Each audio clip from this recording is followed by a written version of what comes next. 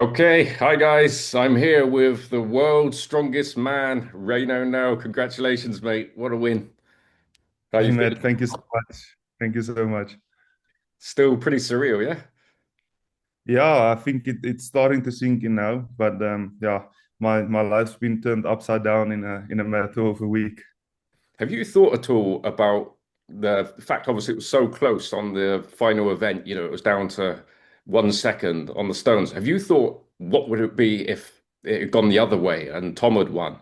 Have you had that kind of almost like nightmare scenario in your head, or have you just concentrate on the fact you won and Yeah, to be honest, going into the competition, my head wasn't around that I would win it. So I weren't prepared for any of this. So um, I don't really think I have to think about it. It's just that I thought the whole time what would happen if I get a good result is maybe some other nice invitations to big competitions and just prepare to one day be the world's strongest man. So that's what my thought process were up until the competition. So yeah. um, Okay, man. Let's go back to the start so people that aren't familiar with you, because obviously you've just kind of burst onto the stage here. A lot of people don't know your background. So if we go right back to the beginning, first of all, people are always interested, your age, height, and weight. Yeah, so I'm 30 years old, 1.91 centimeters, and my weight fluctuate, but mostly around 145 to 150 kilograms.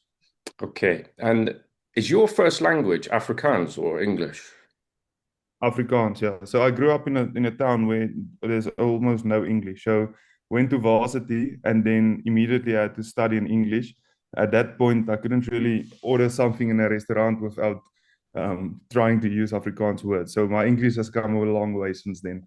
It's interesting. So I think a lot of people actually think of you as being English as your first language, but yeah. Not at all. It's pretty interesting. And where exactly do you live in South Africa? So I live in Krugersdorp. English people call it Krugersdorp, but it's adjacent. It's like a suburb to Johannesburg. Okay, okay. And as a lot of talk, of course, because most strongmen at the very top level are full-time professional strongmen. So there's a lot of chat about the fact that you still have a job. What exactly is your job and what does it So entail? yeah, I work for a company that finance utility scale and then industrial CNI space solar systems. Mhm. I'm the director of engineering in the company. Okay. And then I also have with two partners, I have my own company as well, where we do designs. Well, I have shares in the company, so I don't work in it. But we started it, and then this company that I work for now, Infant Energy, approached me for the job that I have now. Yeah, that's basically my job as an engineer. Okay. And obviously, maybe you have to be careful with your bosses listening and things, but are there any thoughts to go like more part-time or completely go pro at strongman? Yeah, look, I work for amazing people in the company. The CEO, I had a very long discussion. So just on that, I landed in Heathrow for my layover, Mhm. and I called him just to check in, and he immediately told me before I knew how the story blew up in South Africa and all the attention it got. He told me, listen, man, the country is everyone wants to have time from you. All the radio stations want to see you. Maybe just take a sabbatical, do everything you do. When you get back, when you have time to think about it, we'll take it further. So he's an amazing person. And I have to chat now with him, and the offer stands that I can work. We can work around everything because I love what I do. I've built far longer than what I'm doing strongman. I've built my career to where it is as an engineer. Mhm. And I have a lot of passion and a lot of dreams and aspirations in that field as well. So it's not something that I want to give up for a 6 or 8 year, how can I say, a 6 or 8 year career in strongman. I have expectations or aspirations, not just for the income from it, but also it's a passion of mine to do big things in the world of engineering. So no, they can listen. I'm very fortunate to work for a company that's willing to assist me and work with me and around the problem, not the problem, but the thing of being a full-time strongman or professional strongman. Yeah. Okay. So it's a new challenge, but as things stand, you plan to carry on doing both. Yeah, with some, obviously, I can't go now completely as it were because I was very under the radar. I went on with my normal job, had meetings and stuff the whole day, and in the evening went and train when everyone is sleeping. But that will change a bit, but we'll work around it and see what's the best route forward. Okay. And your sports background initially was mainly rugby, right? Correct, yeah. I played in school some cricket, high jump, and all of those things, but my love were always rugby. And why did that stop? Why did you transition to strongman from rugby? So I put my studies first of all. So when I needed to write exams or anything, I always said like I need to study. Engineering is not an easy thing to Hmm. degree to get. And then in 2018, I got a big injury in my knee. Ligaments were torn and everything, and I was out for the entire year. And in that time, I got my degree. And then it was just a matter of I need an income. I can't be 23 years old and on my parents support me. So I needed to get an income. I can't get a contract in rugby because I'm injured. No one's going to sign you when you're injured. So um, started working, fell in love with what I do.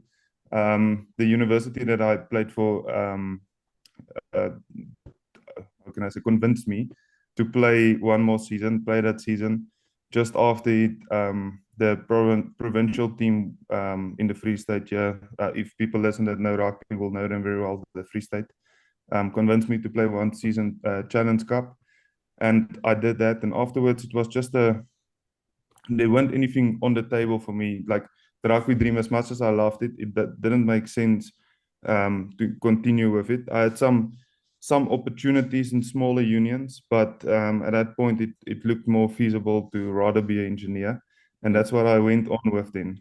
Start building my professional career, and it was just a couple of years in. I really tried to work hard and had a passion for it. I mean, we had sites in remote places where I'd work a couple of nights throughout the night to get it. So it was really a passion for me. I threw everything into it. Hmm. And then I discovered, or not discovered, but something just told me that as nice as it is, I want to be a competitive athlete. I want to put those hard yards into um, being on a stage where it's adrenaline filled and almost just that feeling of competing and testosterone driven. That's what I live for and that's what I love. So strongman was the next best thing, and now it is the best thing for me. So that's how I transitioned into strongman. Hmm. And this injury you talked about, it happened during playing rugby or training? Yeah, so it's I'll see if I can. I think it's somewhere on my phone. I'll send you the clip. It was on a kickoff, and I jumped for the ball. Uh-huh. And when I got it and I landed, a guy dived into the side of my knee, and it's a horrible thing to see. So my knee like extended into while I'm standing on it, extended into past my other leg. My left Hmm. knee went past my right knee. So no, it was my MCL, ACL, patella tendon, all got screwed up. And do you feel that now doing strongman or not? Funny enough, only in recovery. So it hurts when I do a lot of work in a small amount of time. But strength wise, no issues. I had a very good surgeon in Bloemfontein who did the reconstruction for me, and he did an amazing job. So aside from that, do you have any type of imbalances from injuries from rugby career that affect your strongman or everything else is? So it's actually a funny story. So one of my fingers, I got injured and then got surgery on, and this finger can't close properly. But Okay. also when it's there, it goes into a lock. So so you'll see you'll never see really my right hand fail on a grab event because this finger goes into a lock. That's There's only interesting. a certain way that I have to pull it so it can open up. So I'll probably break my finger one of these days, but no, that's one injury that's actually in my advantage. No, interesting. And have you got a like family history of genetics of like strong guys in your family, maybe even strong women in your family? Where does that come from? Yeah, my mother have told me stories about like family members who they say is strong, but you always know those stories of yeah, this guy was strong, this guy was strong, but it's perspective is a big thing here. but immediate family, no, no one. Okay, so you're kind of an outlier in your family if Yeah, and then also just pure size. My brother lives in Canada now, but he's I think my shoulder is about his length. So and both my parents also are quite short. So I'm mm, not sure where I come from. yeah, it's interesting. And when you first went to the gym, what sort of body weight were you from finishing rugby? Yo, so in my rugby days, usually on preseason, end of the year, when I started to build size before the next season, because you run away a lot of muscle. I went up to the 1 year, I went up to 119. I call it 120 just to be cool, but it was 119, the biggest, the heaviest that I were.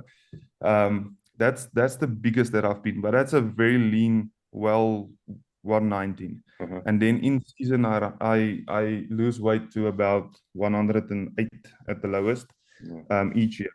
So that was my size when I stopped rugby. And then for a couple of years that I didn't play, my body weight went up to 127 or 29, I think the highest. And that was not a good place for me because I was a bit it was a lot of overweight in terms of fat. I wasn't like obese fat, not at all, but it wasn't a healthy 127. So when I started Strongman, I immediately came down almost to 125, 124, and then started building muscle to where I am now. And there's rumors of your kind of feats of strength when you first started deadlifting and squatting. Are these true? And what kind of numbers were you hitting like very early on in like some of these lifts? Yeah, so I've the first when I joined the strongman gym where I am still today, the first deadlift session we maxed, and at that point I didn't really know what's my max, so I did a 300 kilogram deadlift. I also have the video of that day. It wasn't a nice thing to see, but it was 300. On university, I did a 200. The most I did then I think was 210 kilogram bench. But that was just by gymming to look good, Uh-huh. not never necessarily for strength. And squat, I honestly don't know what my max squat were because of my knee injury. There was a couple of years where I didn't train heavy legs at all, Mhm. just rehab stuff and explosive stuff. So I only started getting my legs stronger when I started with strongman. And your training methods, is there any like specific things you do or things that you can correlate with perhaps some of the other top athletes? And do you do things like recovery, like hot and cold? What's the kind of foundation of your training? Yeah, I think if people see how I train, they'll laugh at me a bit because I do things very primitively. Um, but I think the biggest thing for me is just the conditions that I train in is a bit tougher than an air-conditioned, um, proper floor gym. So we train on a plot. My coach's parents live there. So just to yoke, it's in the driveway, and we have to carry everything like 20, 30 meters over grass just to get there. So it's not the best conditions, and I think that makes for me being more adaptable. To be honest, we have one of my training partners. They have a tennis court on their property where we set up now for a bit more flatter surface on some of the events. But no, my training in general is I have an amazing coach who programs I think top class. But it's just the way around it. It's not a proper setup. Like I see a lot of the other guys gym in this big warehouse where everything is just set up perfectly. Although we have all the right equipment, so I can train any event. Do you believe in that in training event specific equipment as opposed to just weights? Do you try to do that more or it's a mixture?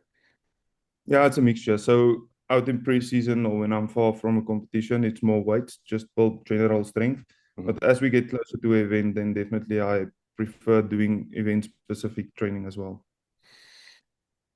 And about events, obviously your kind of worst result in the final was the Flintstone lift.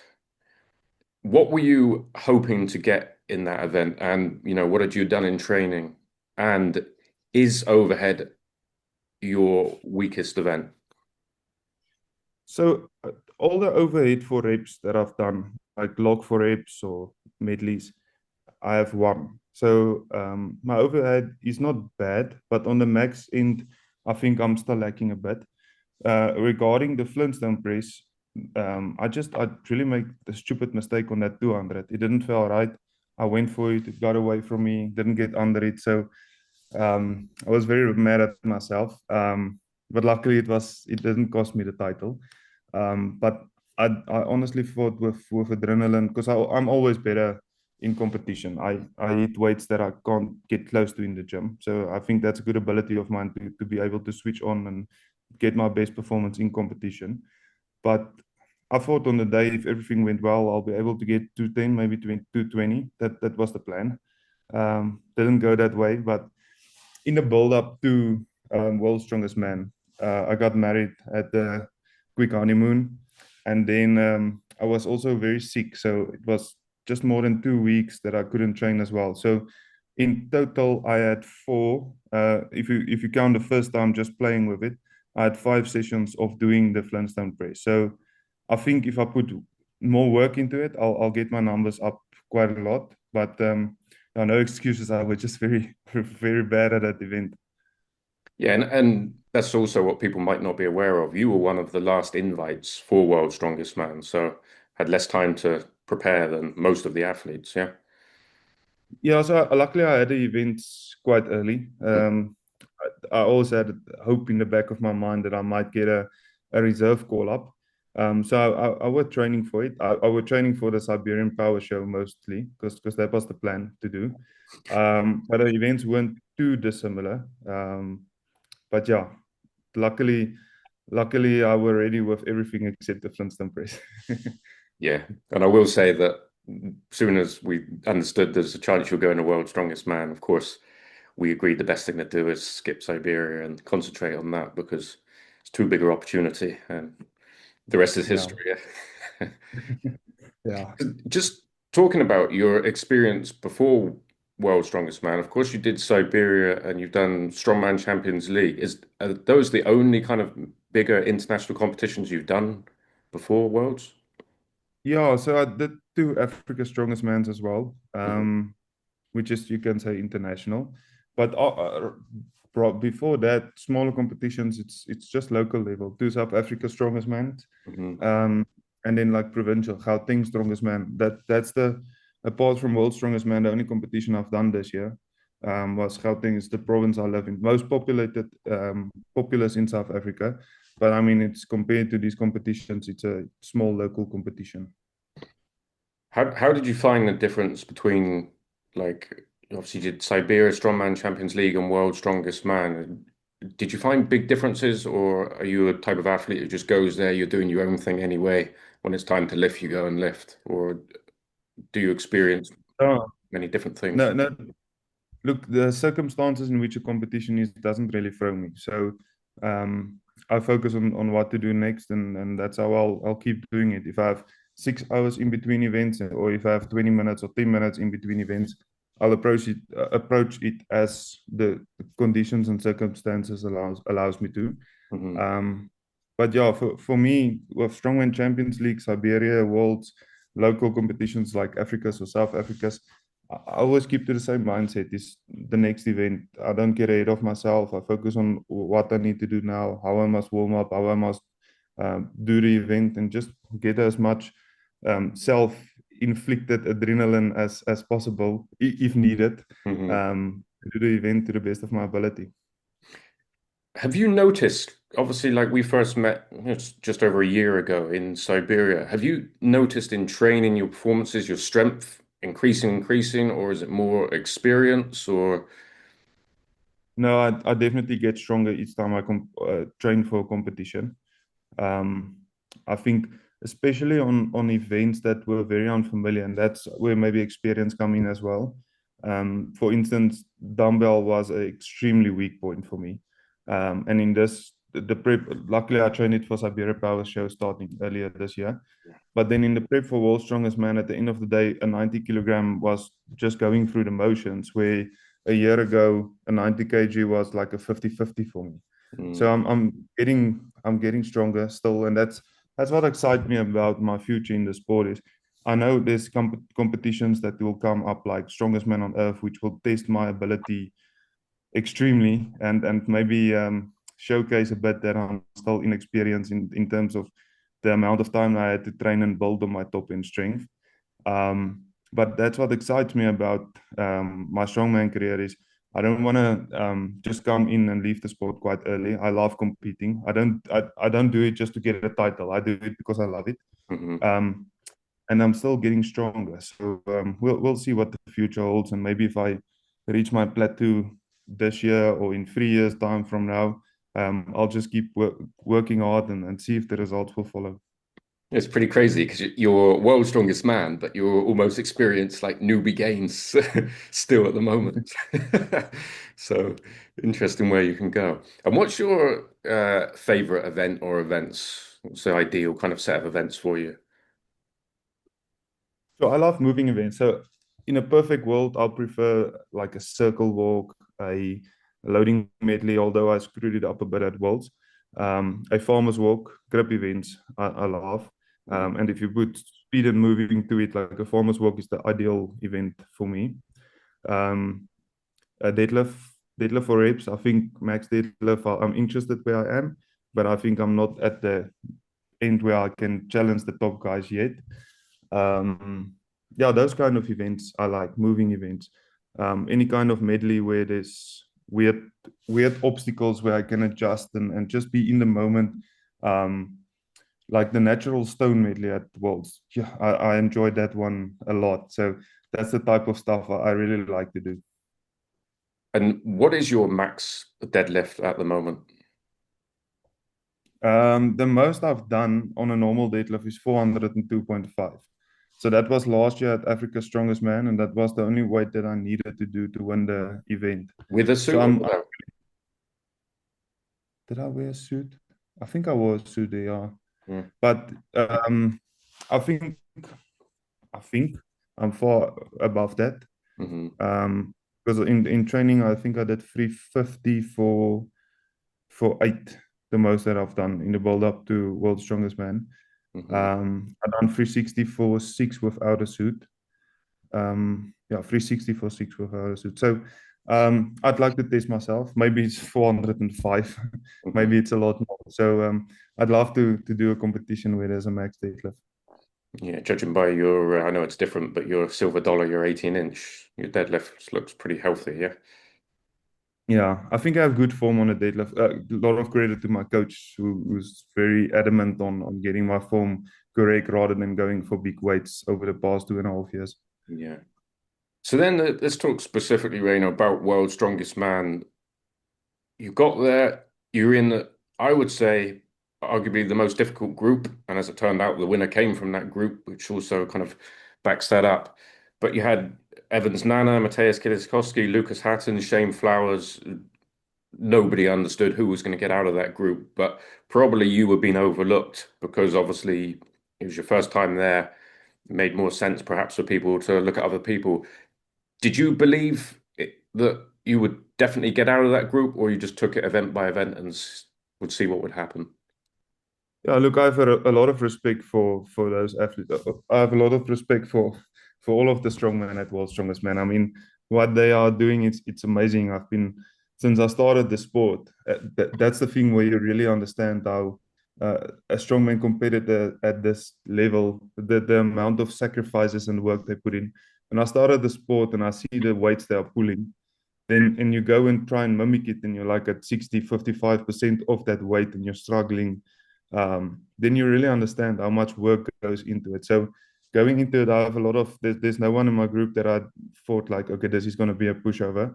I've Hmm. competed against Evans Nana, and I know each time it's a fight to win him because he's extremely um, fast on events. Hmm. And especially like on the deadlift, I haven't won him on a deadlift for reps. Then you go to Lucas Hatton, who is taking the strongman world by storm. I mean, the brute strength that guy has in his body is it's just amazing.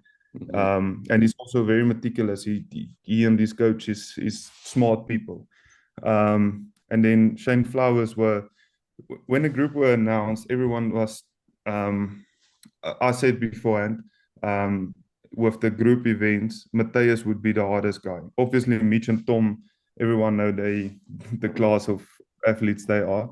But Matthias was like the guy that I really didn't want in my group. And then it came down to Matthias being in my group. So him being sick was something that changed a lot of the things. I think I would have had a good battle with him. The deadlift in the groups would maybe have still given me the advantage to be first, but I think it would have been a good battle with him. And then Shane Flowers is someone who I'm really impressed with watching over the past year or two. I think haven't he had his injury last year before Worlds, he would have been even better last year at Worlds than this year. So I knew it would have been a really, really good performance for me in the group stages to go through. But then again, on the other side, I haven't competed against only Evans Nana. So it was an unknown for me, just as it was an unknown for everyone else. What was your actual target going into World's Strongest Man? To make the final, or just to do your best and see what happened, or to win the whole thing? Uh, the first two, not to win the whole thing. I didn't think it was possible this year. Luckily for me, that kind of thing doesn't bother me. So when I'm in the competition, I'll just do what I need to do next, and I'll see at the end. And that's been the story from the beginning.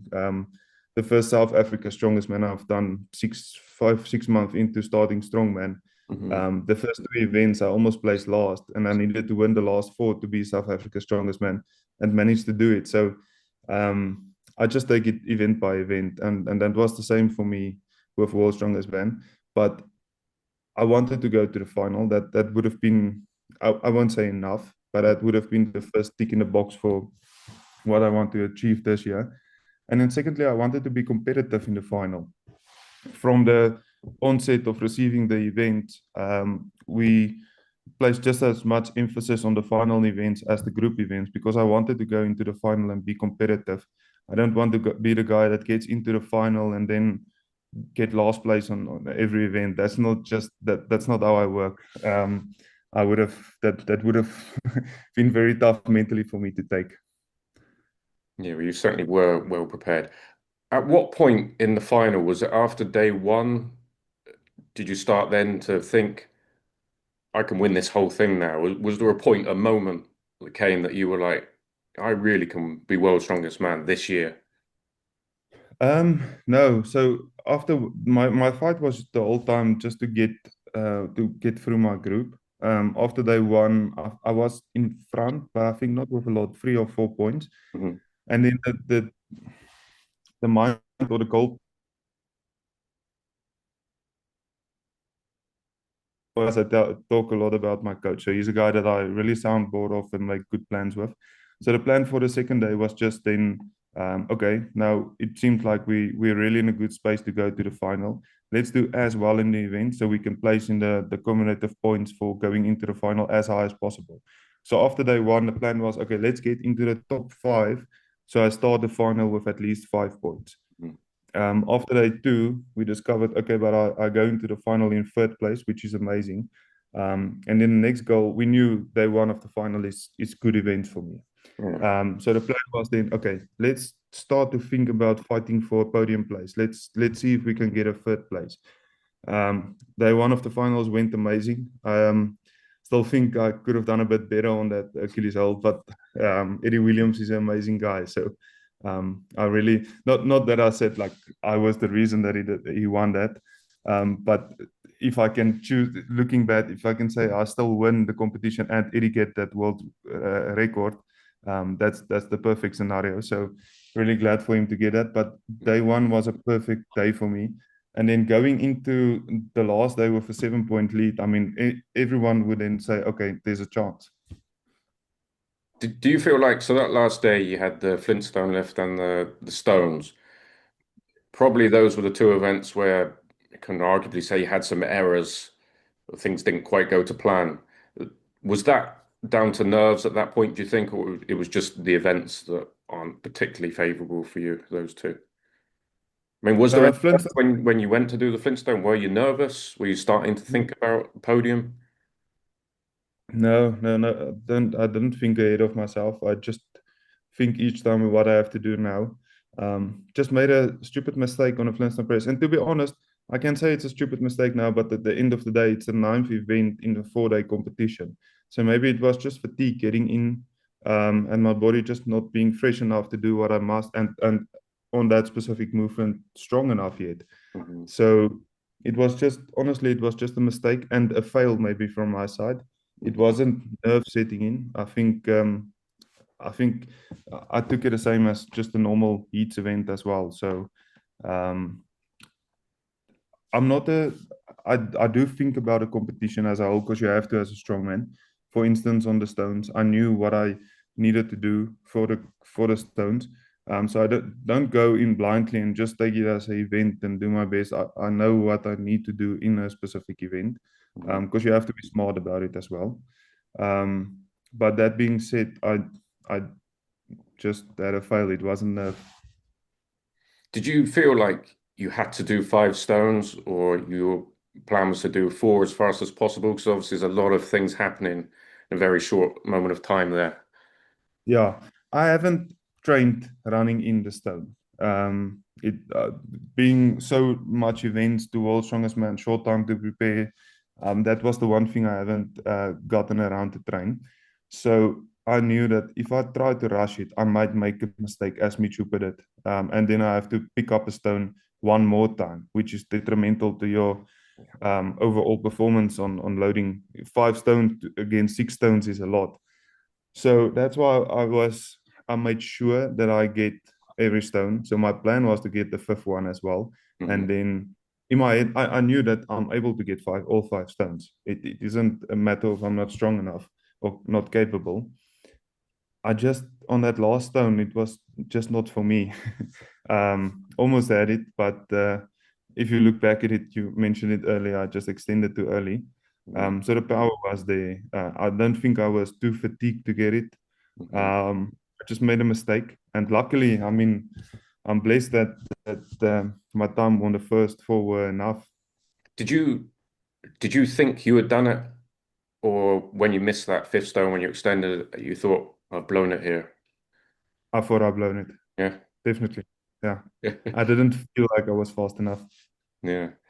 It was Yeah. so close. Like I say, I was timing it on my phone. I was like, I have no idea here. It was like half a second here or there. Yeah. Yeah. I honestly remember standing there and I thought, okay, I'm gonna hear Tom's name now.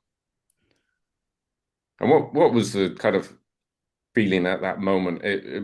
Was there like a slight relief, or it was just kind of euphoria that you? Yeah, euphoria, but relief was a big part of it as well. Because I mean, it's so you're so intense in the competition, and just the build up to it as well. I mean, everything in your life stands still for a couple of weeks. Try to get to everything, but I mean, ultimately, that's the only thing that I can think about for building up to the competition. So to know, okay, your name's been called, it is what it is. It's a lot of relief, and for me, it's also I have amazing people on my side, my family, training partners, coach, my wife. So to be able to just let them realize that the sacrifices they also make and um, the free time, especially my wife. So what's your life been like now, Rayno, since winning World's Strongest Man? What does a day in your life look like? Yeah, at this very moment, I wake up early in the morning at around 5 o'clock, even earlier than that. I'm already on the road to the first interview, if or either TV or radio. And it's like that throughout the whole day up until the evenings, and then I squeeze a bit of training in as well. So this week is still packed. I have something nice this weekend, one of the rugby stadiums, where the Vodacom Blue Bulls will play a quarter final, and they're doing something nice for me there. So no, it's quite hectic, but from next week on, it's gonna temper down. And as I said earlier, I'm flying out next week again. So it's not at all the life that I've ever lived before this past week. But it's nice. It's really amazing to see how especially South Africans support me and really take this victory as their own. Hmm.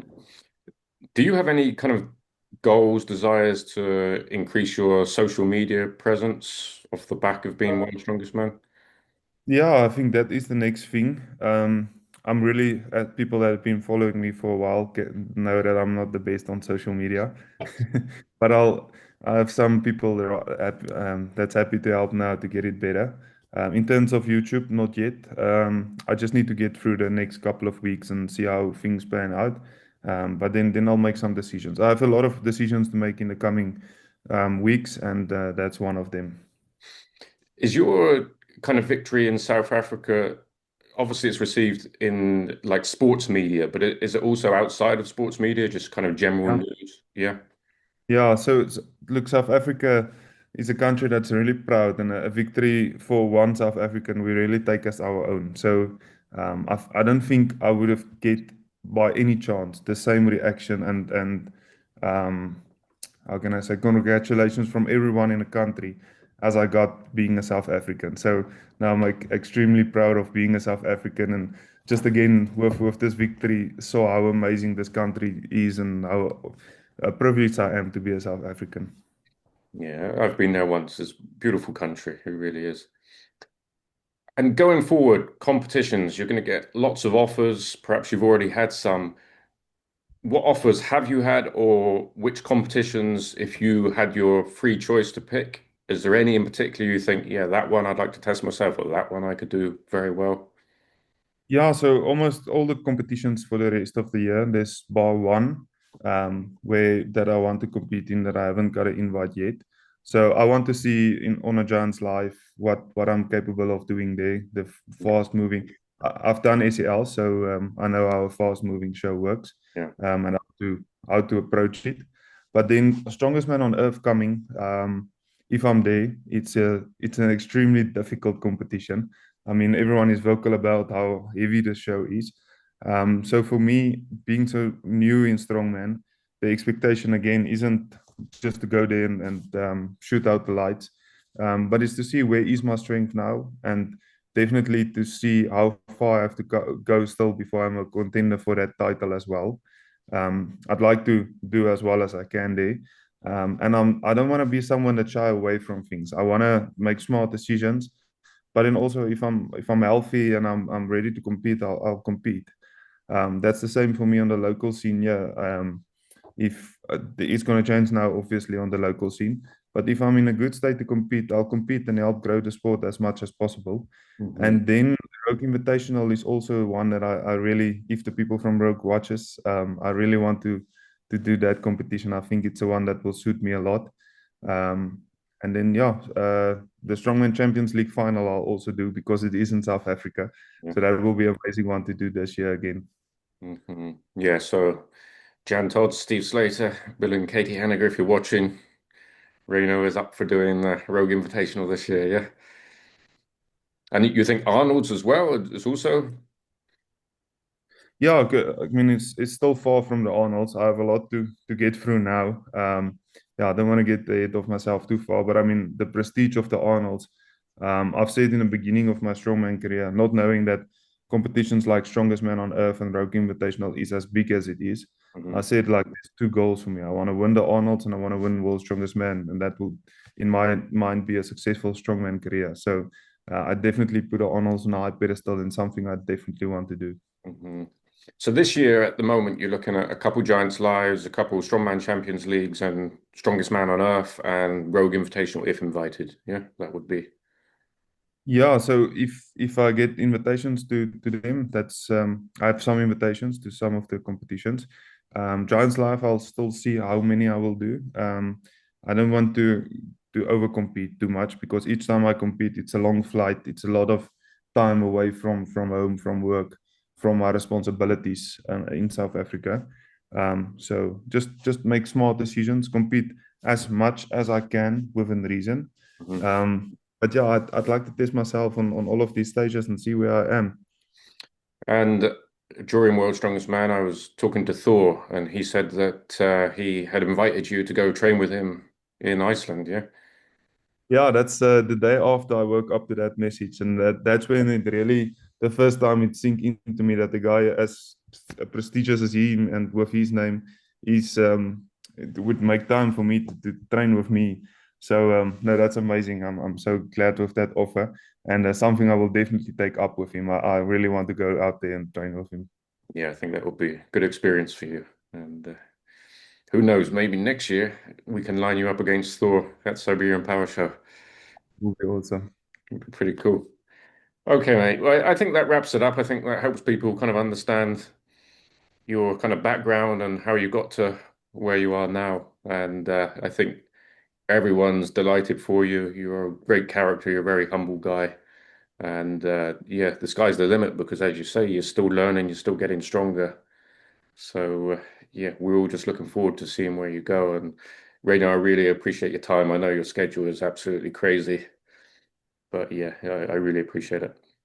Thank you, Matt, and thank you for well, first of all, inviting me to an international comp when no one have knew me at that time, and then from then backing me and giving me advice when needed. So I really appreciate you as well. Okay, man. Well, look, I appreciate you saying that, and we'll always be in touch. And yeah, I'm looking forward to seeing you in your next competition. Thanks, man. Cheers. Okay, mate. Take care. Bye bye.